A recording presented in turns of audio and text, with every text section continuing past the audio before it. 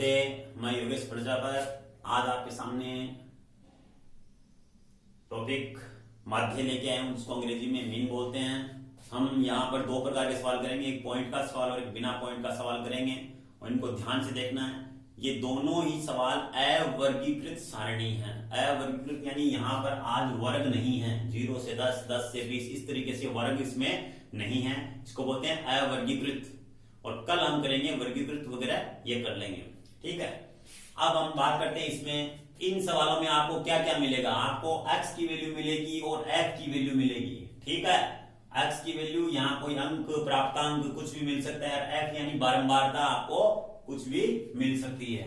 तो आपको फिर अगला कॉलम बनाना है, इसमें fx बनाना है। f गुणा x, इनको गुणा करना है, गुणा। तो 2 को 3 से गुणा किया तो आपके आगे 6, फिर आपने 5 को यहां पर आगे आपके 6, फिर आपने 5 को 4 से किया तो आपके आगे 20,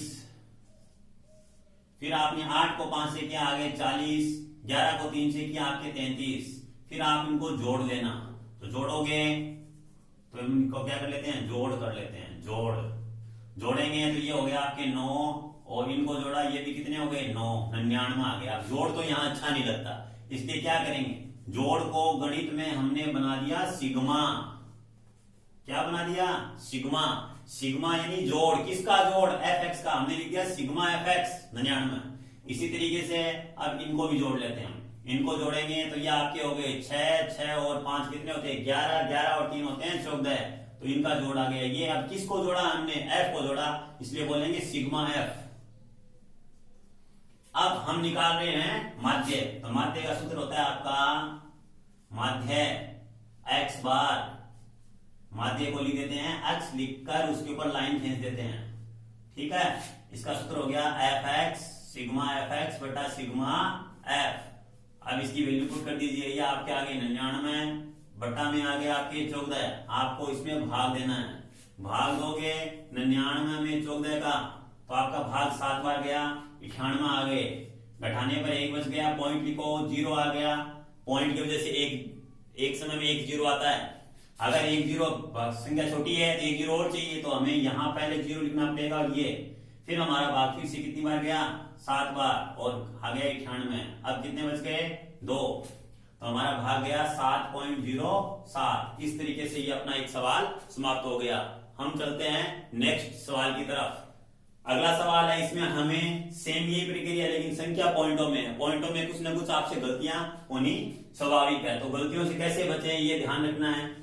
हम वही गुणा करेंगे, तो आप एक बार पॉइंट को मत देखो, पॉइंट के इधर 0 है, इसका मतलब कोई संख्या नहीं है। फिलहाल ये हमारे लिए 1 ही है। 1 को यदि हम 30 से गुणा करते हैं, क्या आता है, 30। अब देखो पॉइंट कितने संख्या के बाद था, 1 संख्या के बाद, तो हम 1 यहां पॉइंट लगा दिया। इसी तरीके से इसको गुणा करो, 60 को 2 से गुणा करते हैं, कितने आते हैं, 120। एक संख्या के बाद पॉइंट, ध्यान देना, पॉइंट हमेशा एक दूसरे के सामने ही लगाना है, ताकि जोड़ते वक्त आपकी गलती नहीं हो। 20 को 30 से गुणा करो, 60। फिर 40 को 4 से करो, 160। फिर 10 को 5 से करो, 50। फिर 50 को 6 से करो, 300।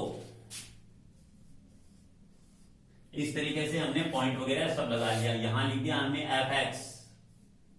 अब इसको जोड़ लेते हैं।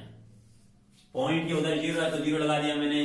अब इनको जोड़ते हैं तो 3 और 2 5 होते हैं, 5 और 6 11 होते हैं। 11 में 7 मिलाओ, ये हो गए आपके 17। 17 में 5 मिलाओ, आपके हो गए 22। 22 से यहाँ गया 2, 2 आ गई हासिल, 2 और 1 हो गए 3, 3 और 1 4, 4 और 3 कितने होते हैं, 7। ये हो गया 72.0। यानी पॉइंट के बाद 0 हो और कुछ भी नहीं हुआ तो पॉइंट का कोई महत्व नहीं, उसको हटा देते हैं। तो हमारा ये योग आ गया, सिग्मा fx का मान कितना आ गया, 72। इसी तरीके से इनको जोड़ेंगे तो ये सब देखो एक लाइन में है, ये 0।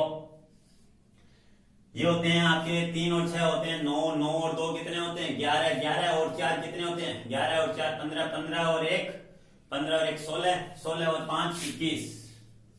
तो ये हमने जोड़ लिया इसको, ये आ गई। अब ये सूत्र हम लागू कर देंगे, ये सूत्र लागू करेंगे तो हम क्या लिखेंगे, माध्य बराबर सिग्मा एफ एक्स बटा सिग्मा एफ। तो सिग्मा एफ एक्स कितना है आपका 72 है और ये कितना है 210। अब ध्यान देना है, कुछ विद्यार्थी क्या करते हैं बड़ी संख्या 210 देखकर 210 में 72 का भाग दे देते हैं। तो हमें ये गलती नहीं करनी है। हमारा सूत्र क्या कहता है कि सिग्मा एफ एक्स ऊपर रखो, तो हमने ये रख दिया। अब हम भाग देंगे, तो भाग देंगे तो आपको 21 की टेबल लिख लेनी है। अगर 210 की टेबल नहीं आती है तो 21 की टेबल लिख लो। और 21 की टेबल तो बहुत ही ज्यादा सरल है, मैं यहाँ लिख के दिखाता हूँ। देखो 2 4 6 8 10 12 14 16 इसके बाद 18 और 20। ठीक है, अब 21 का पाड़ा बनाना है। तो देखो यहाँ पर 1 2 3 4 5 6 7 8 9 और ये 10। ये देखो 21 का पाड़ा तैयार हो गया। 21 का पाड़ा तैयार होने के बाद 0 लगा दो। ये देखो हमने 0 लगा दिया, हमारा पाड़ा तैयार हो गया 210 का। हमने पाड़ा तैयार कर लिया चुटकियों में। तो कुछ जो हम काम आसानी से कर सकते हैं उनको बार बार देखो ताकि आप भी होशियार हो जाओ। अब 72 में भाग देते हैं 210 का।